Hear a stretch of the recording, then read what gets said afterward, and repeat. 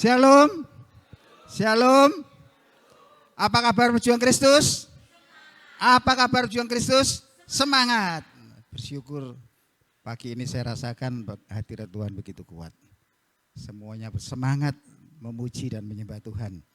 Saatnya kita akan mendengarkan sebagian dari pesan Tuhan yang akan saya sampaikan.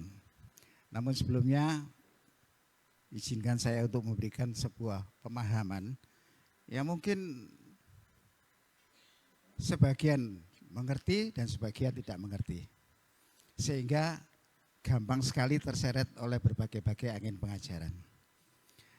Saudara, setiap pemberitaan firman itu pasti ada pengajaran dan penerapan. Jadi jangan salah ya. Selalu dalam setiap pemberitaan firman itu ada pengajaran dan penerapan. Kedua-duanya ini seperti dua sisi mata uang. Pengajaran tanpa penerapan kayak orang Farisi. Penerapan tanpa pengajaran akan terjadi penyesatan. Setuju? Akan tetapi pada kenyataannya, mohon maaf kalau ada yang seperti itu, kalau tidak ada ya puji Tuhan. Banyak orang-orang itu hanya khotbahnya ingin hanya sebuah penerapan. Kalau sudah ada pengajaran, aku ini bukan mahasiswa, aku ini bukan murid sekolah Alkitab, diajari terus. Aku gak mudeng. Kalau saudara punya prinsip seperti ini, saudara tidak akan menemukan kebenaran. Bahkan saudara nanti akan terseret ke penyesatan. Jadi tolong ya, buang jauh-jauh. Setiap pemberita firman memang tidak bisa kedua-duanya sama kuatnya. Ada pemberita firman yang kuat di pengajaran, ada pemberita firman yang kuat di penerapan. Di sini pun seperti itu, saudara sendiri nanti yang bisa menilai. Akan tetapi ini seperti dua sisi mata uang saya katakan tadi. Orang banyak ingin khotbah yang enak-enak, khotbah yang gampang. Itu pendeta itu khotbah gampang dimengerti. Itu saya gambarkan ya, mohon maaf. Seperti makanan enak yang dikatakan haoje senjinping. Ngerti saudara? Ngerti? Ungkapan ini ngerti? Enak didengar, tapi enak dimakan tapi enggak sehat di badan. Hati-hati. Enak dimakan tapi di badan membuat saudara bisa sakit. Firman Tuhan juga seperti itu. Memang firman Tuhan itu tidak mudah untuk dimengerti, itu betul. Tapi urutannya saudara dengarkan seperti tadi pagi Pak Adia menyampaikan di 2 Timotius 3 ayat 16-17. Khususnya ayat 16 mengatakan, segala tulisan yang diilhamkan oleh Allah bermanfaat untuk apa? Menerapkan dulu atau mengajar? Mengajar ya.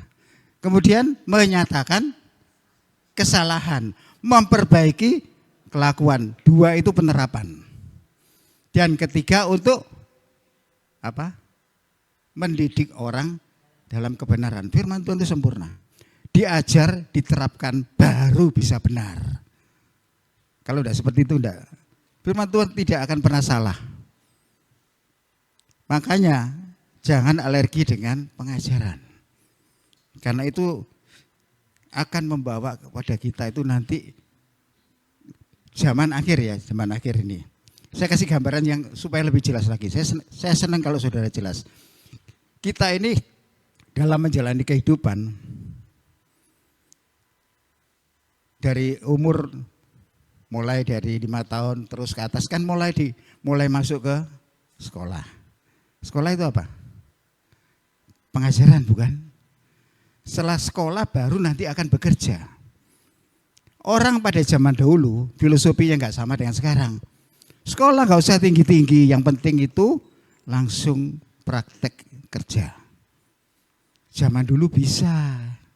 Sekolah cukup sampai SD, cari duit kayak Lim Silyong, kaya bukan main. Zaman dulu. Sekarang syaratnya aja sekarang SMA hampir-hampir tidak dipandang sebelah mata. Ini fakta. Demikian juga dengan firman Tuhan. Kalau saudara menghindari pengajaran, saudara akan tersesat dengan konten-konten di akhir zaman yang bertebaran menyesatkan tanpa terasa. Saya kasih contoh, karena hari ini topiknya tentang doa. Beberapa saat yang lalu saya menerima video, tidak usah saya tayangkan karena terlalu agak panjang, sayang waktu dibuang. Masih ingat dengan si gundul? Jadi Pak Eno langsung ketawa. Saya lupa siapa itu si gundul. Tidak perlu orangnya. Ajarannya akhir-akhir ini, waduh, bahaya sekali kalau orang tidak ngerti. Surga neraka judulnya jari sopo. Surga neraka hanya ada sekarang. Setelah kehidupan gak ada surga, gak ada neraka. Itu 2 kali kontennya muncul. Bayangkan, begitu kuat pengajaran itu. Yang terakhir tentang doa, ini sangat menggelitik telinga saya. Saya bacakan pernyataannya. Saya mau uji saudara. Judul dari video itu adalah tangan yang menolong lebih suci atau mulia dari bibir yang berdoa. Setuju? Kita tanya jawab ya. Biar kita sama-sama belajar tuh enak, ngerti nantinya. Setuju enggak dengan pernyataan ini? Tidak. Saya enggak tanya alasan itu panjang. Orang mesti ngomong juga, ada benarnya. Betul ada kataan seperti itu? Ingat, kata-kata ada benarnya menurut saya itu benar pada satu sisi. Saya ulangi, kalau orang ada ngomong ada benarnya, bukan benar loh ya. Kalau ada benarnya itu ada benar dalam satu sisi. Berarti ada sisi lain yang dia mengatakan, dia pakai contoh yang begitu jelas, orang yang tidak tahu pasti iya keliru aku. Dia ngasih contoh, satu waktu ada orang kelaparan kedinginan. Minta tolong pada pemuka agama katanya dia. Tolong saya. Ya sebentar ya, saya doakan nanti gereja saya doakan kamu supaya kamu nanti bisa ditolong oleh Tuhan. Dia bilang, ya nunggu dia matilah kelaparan kedinginan. Nah, dia pakai contoh seperti itu. Bahkan ada contoh-contoh lain yang tidak usah terlalu panjang. Sekarang kita uji. Saya balik sekarang. Pada suatu waktu ada orang kaya sakit di rumah sakit, didatangi seorang pendeta. Sakitnya sudah gak ketulungan. Kaya loh ya. Kalau minta tolong sama dia apa dikasih duit? Apa dikasih oleh-oleh? Apa cukup kasih karangan bunga? Atau iya nanti tak bantu jaga ya. Antara hidup dan mati. Dia perlu apa? Terus mana lebih penting, mana lebih mulia? Hati-hati. Kita kalau nggak tahu akan terseret. Saya kasih tahu bahwa doa dan perbuatan atau pemberian sama dengan tadi saya katakan itu satu sisi mata uang. Jangan dibenturkan. Kalau dibenturkan seperti tadi antara pengajaran dan penerapan jadi sesat. Jadi tidak menemukan kebenaran. Jadi doa sama perbuatan satu sisi mata uang. Doa tok juga tidak berharga, tindakan tok juga tidak berharga. Makanya orang Inggris tidak salah katakan apa Pak Nono? Oh bukan orang bahasa Latin ya. Ora et labora. Itu tidak salah. Itu memang satu sisi mata uang. Jangan diputus. Orang yang ingin dapat duit banyak dari konten akan memisahkan itu. Alasannya pasti kuat. Tapi ingat itu baru ada benarnya. Tapi belum kebenaran. Hati-hati. Bukan kebetulan saya kok dikasih seperti itu. Waduh ini saya harus sampaikan. Kalau enggak iya. Dia bilang karena mereka ajarannya juga ada ajaran. Dia kelihatannya saya tahu latar belakangnya Konghucu ya. Jadi arahnya arah ke Konghucu, ajaran Konghucu. Juga enggak salah. Tapi ingat itu tidak bisa berdiri satu sisi. Ajaran dia betul. Ada betulnya yang dijelaskan itu. Tapi itu kalau kita terbuai ke sana, akhirnya iya doa enggak perlu ya. Dapat perlu. Lebih mulia seperti itu. Dia punya anggapan bahwa perbuatan baik itu mulia di hadapan Tuhan. Padahal kebenaran itu yang mulia di hadapan Tuhan. Karena perbuatan baik itu bisa dibuat, bisa untuk nipu. Tapi kalau kebenaran tidak bisa. Kebenaran tetap kebenaran. Oke, ini sebagai pembuka aja. Nah, sekarang kita kepada topik kita, doa. Doa itu merupakan sesuatu yang sangat umum. Kalau kita bahas itu di Alkitab sama dengan kalau kita bahas tentang kasih. Luas sekali. Doa itu merupakan sesuatu yang umum bagi orang beriman. Doa menurut definisi saya, dengarkan. Doa itu adalah komunikasi antara yang percaya dan yang dipercayai. Nanti silakan ditelaah. Secara umum nih ya, bukan khusus untuk kita. Doa itu karena doa itu orang kepercayaan apapun, sebagian besar kecuali yang ateis, pasti dia ada komunikasi doa. Doa adalah komunikasi antara yang percaya, kita yang percaya pada Tuhan, dan yang dipercayai yaitu Tuhan. Isi doa pada umumnya adalah doa dan permohonan. Di Alkitab silakan lihat di Kongregasi ini tidak bisa dipisahkan. Doa dan permohonan. Tapi ingat masih ada satu lagi. Apa? Filipi 4 ayat 6 mengatakan apa? Janganlah hendaknya kamu khawatir tentang apapun juga, tapi nyatakanlah dalam segala hal keinginanmu kepada Allah dengan doa dan permohonan dan ucapan syukur, baru sempurna. Orang kalau sudah dalam kondisi yang begitu tertekan berat, isinya cuma doa dan permohonan, tambah satu lagi, keluhan. Lupa ucapan syukurnya. Itu harus 3, itu harus ada. Doa, permohonan, dan ucapan syukur. Doa secara umum dibagi dalam 2 bagian. Ini sekarang saya bicara tentang doa secara kita, umat Tuhan. Dibagi 2 besar. Yaitu doa pribadi dan doa syafaat. Setuju? Bagi 2 itu. Doa pribadi bisa banyak ragam jenisnya. Bisa doa pagi, doa siang, doa malam, doa kesembuhan untuk dirinya, pengakuan dosa, kelepasan untuk pribadi, itu pribadi. Kalau doa syafaat bisa untuk event-event tertentu, misalnya berdoa bagi bangsa, berdoa bagi doa kesembuhan, pelepasan secara umum, bisa doa kenaikan tingkat, bisa kenaikan pangkat, ucapan syukur karena dapat pekerjaan, macam-macam. Doa itu banyak ragam jenisnya, tapi dibagi 2, doa pribadi dan doa syafaat. Setiap doa ada tujuannya, seperti tema yang di bulan ini.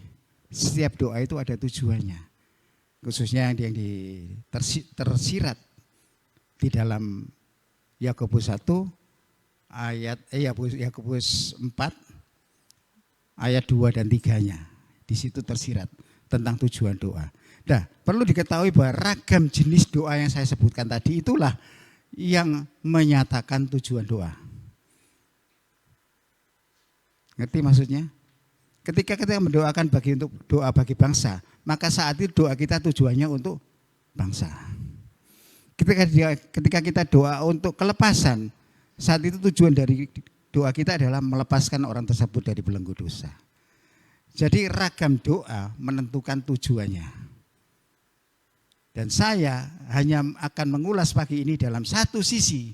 Karena tadi saya katakan sebetulnya kalau bicara tentang doa itu sangat luas, sangat banyak ragamnya. Saya akan berdoa satu sisi, yaitu doa untuk jemaat. Dalam arti berarti tujuan doa yang saya bahas adalah untuk jemaat. Doa untuk jemaat. Nah, doa untuk jemaat ini saya ambil dari doanya Rasul Paulus. Rasul Paulus itu orang yang ngerti betul. Seperti tadi saya katakan, dia tahu kalau pengajaran itu penting. Sehingga dia mendirikan sekolah Alkitab pertama mungkin ya waktu itu, Tiranus. Yang masih ada sisa-sisa gedungnya sampai sekarang. Dia tahu pengajaran itu penting. Dan dia waktu itu berdoa, khususnya berdoa untuk jemaat Efesus. Dia untuk jemaat-jemaat lain juga doakan, tapi saya ambil satu sisi dari konteks doa untuk jemaat Efesus yang otomatis berarti doa untuk jemaat berlaku juga untuk jemaat di sini. Doa untuk jemaat.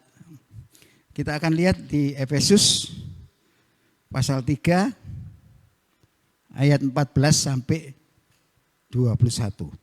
Efesus pasal yang ketiga ayat 14 sampai 21. Yuk kita baca sama-sama, kita bangkit berdiri. Saya bergantian, saya akan baca ayat 14, bergantian dengan saudara 15, dan sampai nanti pada ayat 21 kita akan baca bersama-sama. Sudah siap semua? Sudah ada atau di sini ada ya? Ya. Efesus pasal 3 ayat 14 sampai 21. Demikian bunyi firman Tuhan, saya baca terlebih dahulu. Itulah sebabnya aku sujud kepada Bapa. 15.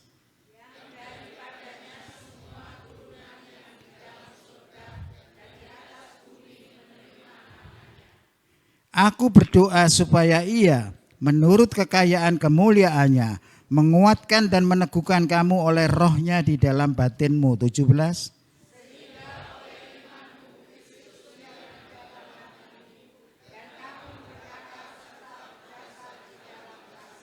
18. Aku berdoa supaya kamu bersama-sama dengan segala orang kudus dapat memahami betapa lebarnya dan panjangnya dan tingginya dan dalamnya kasih Kristus. 19. 19.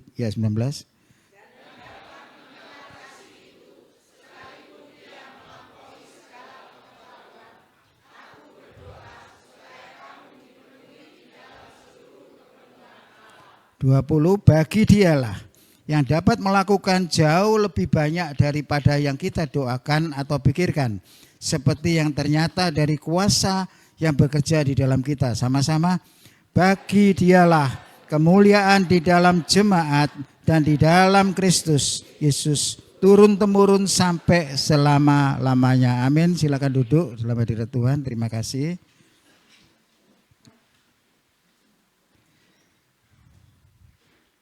Ada seseorang yang berkata, bukan dari tempat ini ya, banyak pemimpin rohani itu yang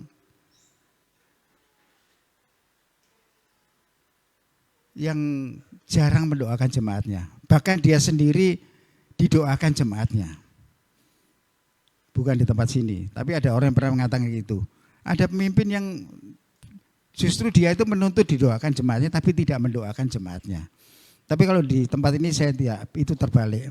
Kita juga sering mendengar Ibu Gembala, dia selalu berdoa untuk jemaat ini karena nantinya nggak mau disalahkan di hadapan Tuhan. Itu betul. Seperti Paulus ini punya tanggung jawab yang luar biasa. Dia sadar setiap kali membuka jemaat, dia membuka satu gereja, dia selalu berdoa untuk jemaatnya. Dia bertanggung jawab tidak hanya sekedar menyampaikan firman sebagai seorang penginjil. Soalnya biasanya seorang penginjil itu selesai beritakan, selesai pulang. Seperti saya kalau sama teman-teman kalau melayani tempat lain dengan gembala.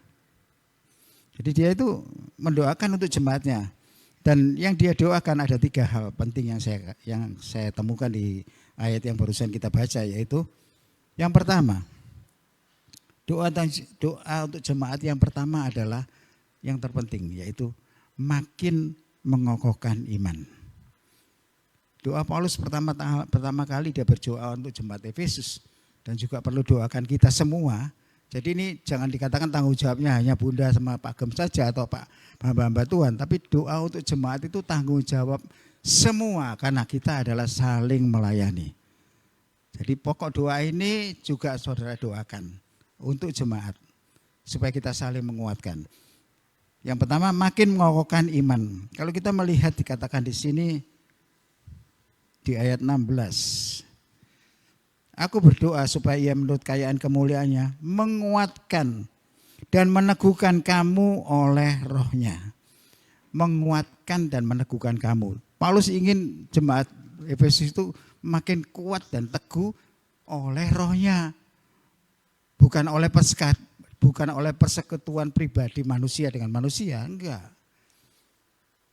Jangan dipikir nanti wah di gereja ini sudah ada satu kesatuan, persatuan, itu bagus. Tapi persekutuannya itu jangan hanya pada sesama tok, dengan rohnya juga.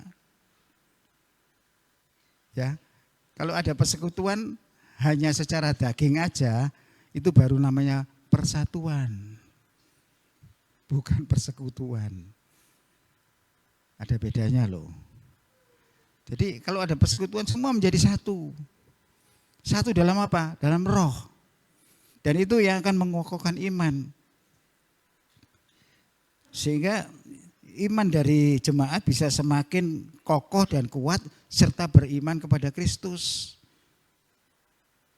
Untuk mengokohkan ini memang ada banyak cara. Akan tetapi yang terpenting kekuatan Allah lah yang mampu mempersatukan kita semua. Karena itu memang selalu andalkan Roh Kudus. Supaya iman ini semakin kuat. Saya beritahu saudara, pengajaran itu hanya bisa menambah pengetahuan, mendekatkan pengenalan pada Tuhan. Ya. Tapi kekuatan iman itu diperoleh dari pengalaman bersama Roh Kudus. Bukan bersama manusia. Pengalaman bersama Roh Kudus lewat kejadian-kejadian dialami sehari-hari. Tidak gampang saudara. Saya ngomong ini karena merasakan berat sekali. Pengalaman bersama dengan Roh untuk mengokohkan iman itu, bukan main, sulitnya. Kalau saya katakan, jujur saya katakan pada saudara, kalau hari ini saya tidak memperoleh pengetahuan tentang Tuhan itu cukup dalam, saya sudah gugur, pasti gugur. Berat. Makanya kita berdoa, dan bukannya sekedar berdoa, saya harap saudara semua juga untuk makin mengokohkan iman dengan betul-betul mengerti akan firman Tuhan. Kalau enggak, orang luar sana seperti si gundul bisa ngomong, bisa berkhotbah lebih meyakinkan saudara. Kalau enggak tahu sebuah kebenaran, kalau imanmu enggak kuat, karena iman, kekuatan Allah itu timbul dari pertama apa? Pendengaran. Tapi enggak cukup pendengaran, dimengerti, belajar dimengerti, baru sempurna ketika dilakukan. Disitulah kekuatan pengalaman itu yang akan mengokohkan iman kita. Makanya kalau saudara tidak diberhadapkan pada pengalaman-pengalaman yang berat, itu berbahaya sekali. Kenapa saya katakan? Saya tidak ingin saudara terima yang berat loh, enggak. Tapi harus siap itu. Contohnya gampang, Ayub itu awalnya tidak dibawa pada pengalaman-pengalaman iman yang berat. Dia sukses terus, walaupun dia hidup kudus, saleh, menjauhi kejahatan. Tapi dia tidak, maksudnya jarang masuk dalam pengalaman iman, sehingga ketika dia kena satu yang berat, nyaris jatuh dia. Jadi salah kalau seorang hamba Tuhan mengatakan Ayub itu tidak goyah. Ayub itu tidak goyah ketika semua hartanya pun diambil, dia tidak goyah. Ada ayatnya. Istrinya nyuruh dia mengutuk, dia nggak mau. Itu tidak goyah, itu bukan main. Dari sisi itu aja orang tidak mungkin kuat. Tapi dia akan mulai goyah ketika dia masuk pengalaman dirinya sendiri menderita, goyah. Makanya saudara, kita berdoa. Jangan alergi terhadap pengajaran. Khotbah wis agak mudeng blas. Tugas kita untuk mengerti itu bukan untuk mengerti baru Roh Kudus bekerja. Gerakan itu dari kita, tak kasih tahu. Memang kita nggak akan pernah mampu, tapi kalau udah ada gerakan dari kita untuk mau, jangan dipikir Roh Kudus itu mau bekerja. Roh Kudus tidak sama dengan roh setan. Saudara enggak usah cari pengajaran si gundul bisa masuk ke saudara. Tapi Roh Kudus, kalau saudara tidak buka hati, nggak akan pernah masuk.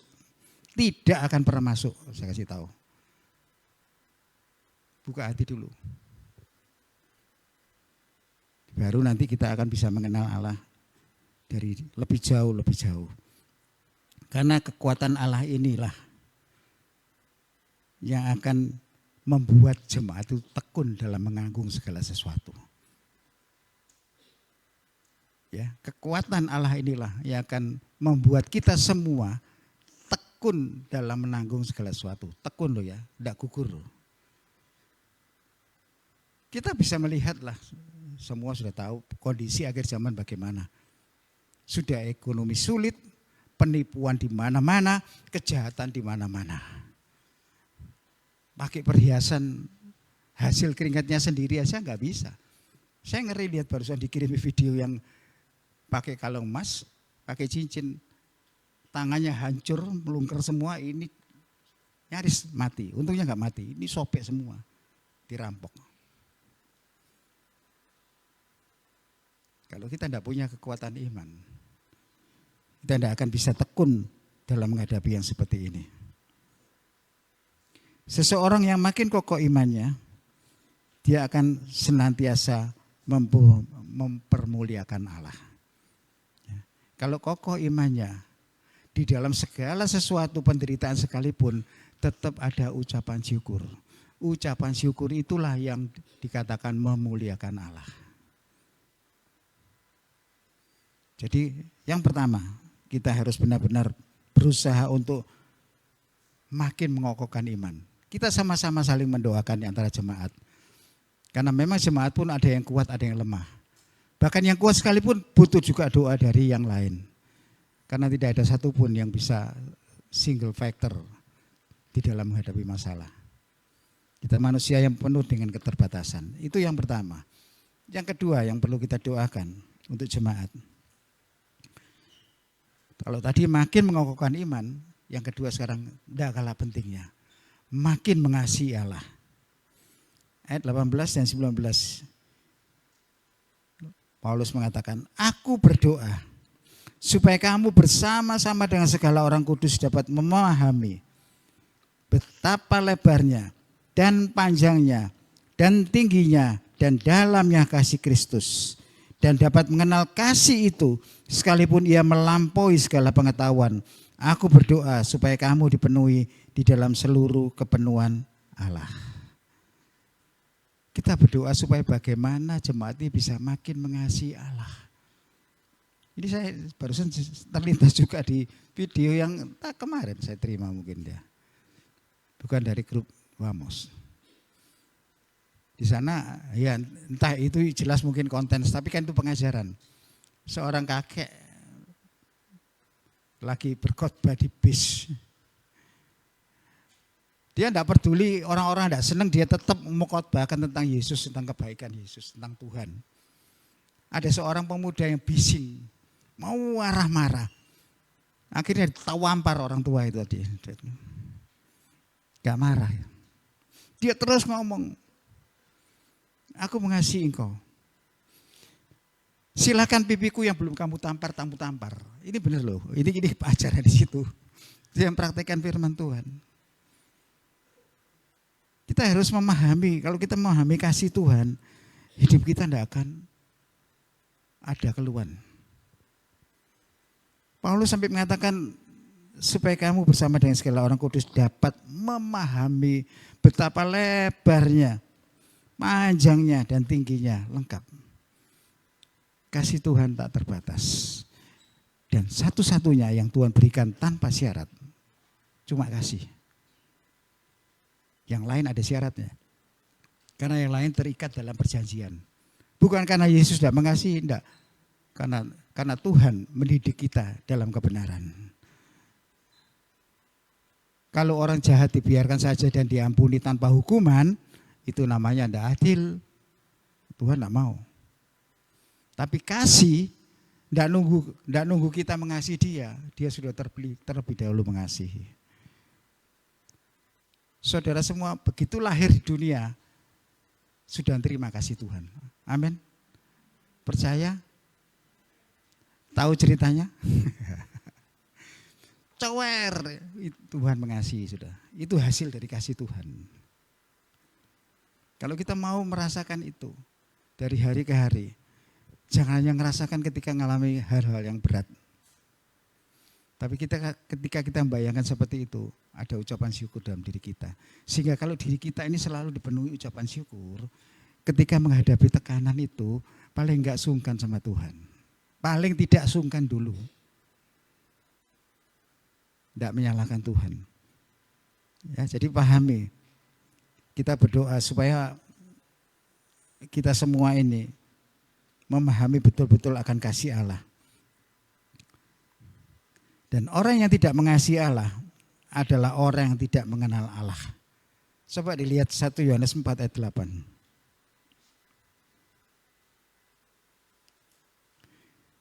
Barang siapa tidak mengasihi, ia tidak mengenal Allah, sebab Allah adalah kasih. Ya, kalau kita tidak bisa mengasihi, ya, berarti ia tidak mengenal Allah. Allah itu pada hakikatnya kasih. Khususnya kita orang-orang seiman. Saudara boleh setiap minggu mendengarkan, menerima pengajaran, mengerti betul. Tapi tidak mengasihi Allah dan sesama. Tuhan katakan enggak kenal. Tidak salah kalau Yesus ngomong aku enggak kenal kamu. Salah satunya mungkin juga karena ini. Kita sudah melayani sana sini, terkenal di sana sini, tapi kita tidak mengasihi. Kurang mengasihi sesama, sama dengan berarti kurang mengenal Allah. Karena Allah pada hakikatnya adalah kasih. Dan kasih itu benar-benar diposisikan oleh Tuhan itu yang terpenting di dalam kehidupan dunia. Kita akan lihat, coba semua akan tahu di 1 Korintus 13 ayat 1 sampai 3. 1 Korintus 13 ayat 1 sampai 3 yang perikopnya kasih. Dikatakan sekalipun aku dapat berkata-kata dengan semua bahasa manusia dan bahasa malaikat. Ngerti saudara maksudnya ini? Jadi meskipun kita ini pinternya bukan main, katakan pinter khotbah, pinter menyampaikan firman Tuhan, pinter bahasa roh, bahasa malaikat, malaikat roh bukan. Jadi walaupun kita sudah pinternya sampai seperti itu, tetapi jika kamu tidak mempunyai kasih, akan sama dengan gong yang berkumandang dan canang yang gemerincing. Gak ada apa-apa, hanya bisingkan telinga tok. Sekalipun aku mempunyai karunia untuk bernubuat, ini Paulus loh yang mengatakan. Saya lihatnya juga ngeri loh syaratnya. Bahwa posisi kasih itu pentingnya bukan main. Sekalipun aku bisa mempunyai karunia untuk bernubuat, dan aku mengetahui segala rahasia, memiliki seluruh pengetahuan, dan sekalipun aku memiliki iman yang sempurna ya, luar biasa. Bahkan mampu membuat mujizat, memindahkan gunung berarti mampu membuat mujizat. Tetapi jika aku tidak mempunyai kasih, aku sama sekali tidak berguna. Kan sama dengan Matius 7 ayat 12, bukankah aku sudah bernubuat demi namamu? Mengusir setan demi namamu, bernubuat, melakukan mujizat demi namamu. Tuhan bilang apa? Aku tidak kenal kamu, pembuat kejahatan. Salah satunya tersirat, ya karena tidak mengasihi. Tidak ada artinya. Orang ngasih itu gampang kalau ada maksudnya. Ngerti saya maksudnya? Maksud saya ngerti? Gampang orang mengasihi seorang kalau ada maunya. Tapi kalau mengasihi seseorang tanpa syarat seperti Yesus, aduh sulitnya bukan main. Tapi kita harus belajar. Walaupun mungkin saya katakan dengan agak terpaksa, lakukan. Karena segala sesuatu gaya hidup dimulai dengan, masih ingat? Apa? Segala sesuatu bisa menjadi gaya hidup Yang tadinya bukan gaya hidup, awalnya dimulai dengan apa?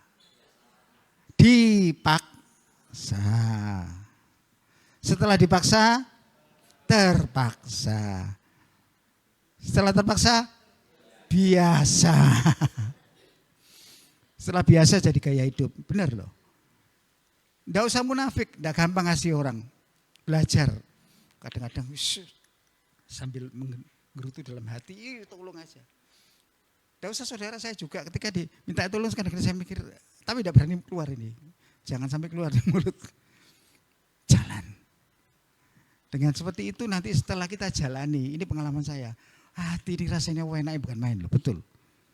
Tadinya berat, akhirnya setelah dijalankan timbul rasa kecewa dan bahagia. Iya, aku tadi kok berbuat gitu ya, padahal Tuhan nyuruhnya seperti itu. Kenapa kau tadi tidak peduli? Aduh, salah. Itu sering saudara, saya tidak munafik. Sering, tapi saya tetap mau belajar terus.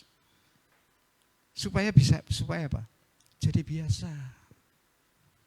Untuk menjadi gaya hidup itu ya masih panjang, tapi kalau sudah sampai seperti itu dan ada orang yang sudah punya gaya hidup seperti itu ada.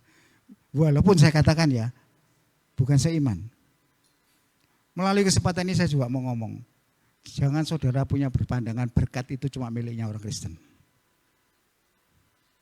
Firman Tuhan dibaca tidak dibaca berlaku untuk semua orang. Amin. Ketika firman diturunkan ini bukan tujuannya untuk agama Kristen, tidak ada. Tidak ada bukti sejarah satupun yang mengatakan seperti itu. Sekelompok orang yang melakukan perbuatan Kristus dikatakan Kristen, sekelompok orang, bukan sebuah agama.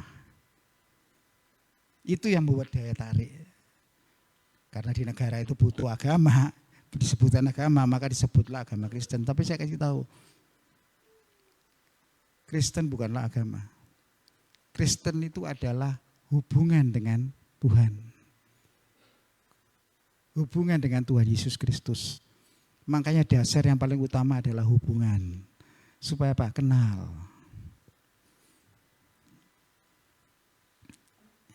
Ya, jadi kita harus perhatikan betul. Kita belajar untuk mengasihi. Walaupun tidak gampang mengasihi. Kita belajar mengasihi walaupun kita tidak kaya. Walaupun kita tidak berlimpah-limpah, kita belajar untuk mengasihi. Karena kasih itu satu kekuatan dahsyat yang bisa meluluhkan kekerasan apapun di dunia ini. Di akhir cerita tadi, yang konten tadi, sampai anak itu akhirnya menangis, merangkul bapak tua tadi. Padahal habis nampar loh itu. Akan bisa berubah. Ini bukan sebuah konten, tapi itu kenyataan juga bisa seperti itu. Banyak peristiwa, banyak kejadian juga. Ada yang dilakukan hingga hari ini pun ada. Bagaimana seseorang yang begitu dibenci masih bisa mengasihi dan akan membuat bertobat orang tadi. Kasih punya kekuatan yang besar. Kita berdoa. Kalau yang tadi yang pertama, supaya lebih kokoh imannya. Yang kedua, supaya kasihnya lebih lagi. Bisa semakin mengasihi Allah, otomatis juga mengasihi sesama. Karena hukum Allah, hukum yang terutama adalah itu.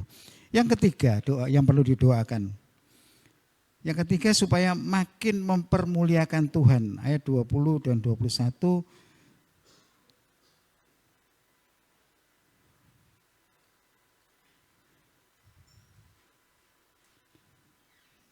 Ayat 20 dan 21. Bagi dialah yang dapat melakukan jauh lebih banyak daripada kita doakan atau pikirkan, seperti yang ternyata dari kuasa yang bekerja di dalam kita. Bagi dialah kemuliaan di dalam jemaat dan di dalam Kristus Yesus turun-temurun sampai selama-lamanya. Paulus menginginkan jemaat di Efesus untuk semakin mempermuliakan Tuhan dengan tubuhnya. Tidak cukup juga hanya dengan berdoa, bersaat teduh, tapi memuliakan Tuhan lewat perbuatan kita. Itu yang sangat dibutuhkan. Sebagai penutup doanya Paulus tadi menyampaikan satu pujian pada Tuhan. Pujian Paulus ini merupakan ungkapan kekaguman Paulus kepada Tuhan. Dia melihat dalam perjalanan pelayanannya begitu Tuhan itu mengasihi dia. Dari yang tadinya dia itu menganiaya jemaat Tuhan. Sampai dia ditarik ke dalamnya. Makanya Paulus itu totalitas. Totalitasnya ada rasa bersalah di hadapan Tuhan. Ada rasa bersalah sehingga dia nyawanya sekalipun mungkin belum cukup. Sehingga dia totalitas benar. Dia begitu memuliakan Allah. Allah yang dia agungkan. Allah yang senantiasa menuntun dia dengan kuasanya besar. Dengan kemahatauannya. Paulus rela. Sehingga dia itu, seseorang itu kan punya kehendak. Sekarang misalnya, dan itu untuk membedakan kehendak Tuhan dengan kehendak diri sendiri itu sangat sulit. Tapi kalau orang sudah dekat dengan Allah, dekat dengan di bawah pimpinan Roh Kudus khususnya ya. Kalau dekat dengan Allah pasti dipimpin Roh Kudus, pasti. Kalau tidak dekat dengan Allah, nggak mungkin dipimpin oleh Roh Kudus. Dan Paulus ini kan punya kehendak, dia melayani, dia totalitas, dia ingin melayani, dia punya rencana, aku mau ke sana. Tapi dikatakan Roh Kudus, kamu jangan ke sana. Kamu ke Makedonia. Dia bilang, aku menjadi tawanan roh. Ini hanya istilah, bukan dia terpaksa, enggak. Jadi dia merelakan dirinya untuk diatur oleh Tuhan. Sebagai seorang tawanan. Jadi jangan diartikan sisi negatifnya. Tawanan roh berarti dia rela diatur oleh Roh Kudus. Untuk apa? Untuk muliakan nama Tuhan. Sehingga dia tidak ada kesempatan bagi dia dan tidak ada alasan, bukan hanya kesempatan, tidak ada alasan untuk dia memegahkan dirinya ketika dia berhasil. Makanya dia cuma memuliakan Tuhan. Dia mikir seandainya aku tidak datang ke sana, belum tentu aku dimuliakan. Tapi karena dia menuruti perintah Roh Kudus, dia memuliakan Allah, otomatis dia juga berkenan di hadapan Allah.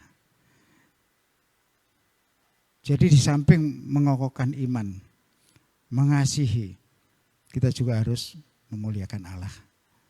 3 hal yang sangat penting yang harus kita lakukan, dan itu biarlah dari hari ke hari. Bagi saudara mungkin mulai hari ini, berdoalah ketiga ini untuk jemaat kita. Supaya jemaat kita ini benar-benar menjadi pribadi yang berkenan di hadapan Allah. Sehingga dalam kehidupan kita ini nanti kita bisa berbuat jauh lebih banyak untuk Tuhan. Karena kadang-kadang kita seperti merasakan kalau kita mau merendahkan diri di hadapan Tuhan ya. Tuhan, apa sih yang sudah saya lakukan untuk Tuhan? Seolah-olah masih belum banyak. Kalau saudara ingin memuliakan nama Tuhan, berusaha untuk melakukan jauh lebih banyak untuk memuliakan Tuhan. Sehingga kehidupan kita akan semakin berkenan di hadapan Tuhan. Kita memuliakan Dia bukan hanya sekedar untuk menyenangkan hatinya, itu sudah pasti. Memuliakan Dia untuk menyenangkan hatinya. Tapi bisakah kita masuk lebih dalam memuliakan Dia karena kita benar-benar kagum akan Dia. Sehingga kadang-kadang kata-kata itu bisa muncul dengan sendirinya. Bukan karena diatur oleh kita. Contohnya paling gampang ketika saudara ada di dalam sebuah kesesakan yang butuh sama Tuhan. Kemudian Tuhan jawab dengan secara luar biasa. Yang muncul di dalam mulut kita, kemuliaan bukan? Nah itu kemuliaan yang murni. Kenapa? Kagum. Bukan memuliakan karena tugas. Baik, semuanya baik. Tapi kemuliaan yang benar-benar keluar dari dasar hati. Seperti Paulus ini dia mengatakan bagi dialah yang dapat melakukan jauh lebih banyak daripada yang kita doakan. Karena dia merasa yang dia doakan itu pun masih belum cukup dengan yang Tuhan sudah nyatakan pada dirinya. Lebih banyak yang kita doakan atau pikirkan. Seperti yang ternyata dari kuasa yang bekerja dalam kita. Dari pengalamannya dia. Dan dari pengalaman kita juga bisa seperti itu. Karena kita dan Paulus juga sama-sama manusia di hadapan Tuhan. Kita semua sama, saudara. Ya mungkin seperti kita di sini ada 5 gembala, 5 hamba Tuhan. itu hanya secara liturgi, perlu, ya. Untuk apa? Supaya tanggung jawab. Tapi di hadapan Tuhan sama, saudara, saya katakan sama. Bahkan dengan tugas kita ini kadang-kadang ada yang lebih berkenan di hadapan Tuhan, orang-orang yang di belakang sana. Yang tanpa gembar-gembor selalu mendoakan seperti yang 3 hal ini. Berharga di hadapan Tuhan. Kita mungkin seperti kita ini kadang banyak untuk belajar firman Tuhan, sibuk, kadang-kadang yang ada hal-hal yang terlupakan. Kita gak sempurna. Itu biarlah saya katakan juga, kelima hamba Tuhan butuh doa dari saudara. Tapi saya pun sadar saya juga harus mendoakan saudara. Supaya ada kesatuan di dalam roh. Sehingga gereja ini menjadi gereja yang bertumbuh. Yang kuat tahan menghadapi segala situasi di akhir zaman ini. Karena itu biarlah sebagai penutup kita harus bisa merasakan kasih Tuhan. Ada pujian yang nanti kita akan pujikan. Ku kagum hormat akan Engkau. Ku kagum hormat akan Engkau. Nyanyikan lagu ini bukan sekedar nyanyikan. Benar-benar kita ini kagum. Bayangkan kasihnya Tuhan luar biasa. Bayangkan keluar biasaan Tuhan yang sudah mengatur kehidupan kita ini dengan sempurna. Kita masih bisa berdiri saat ini di tempat ini dengan kondisi yang seperti sekarang. Itu ada suatu kemurahan dari Tuhan. Biarlah kita nanti sama-sama nyanyikan ini dengan diresapi di hati. Dan jangan lupa 3 doa yang perlu doakan. Masih ingat? Makin mengokohkan iman. Yang 2, makin mengasihi. Yang ketiga, makin memuliakan Tuhan. Tuhan Yesus memberkati.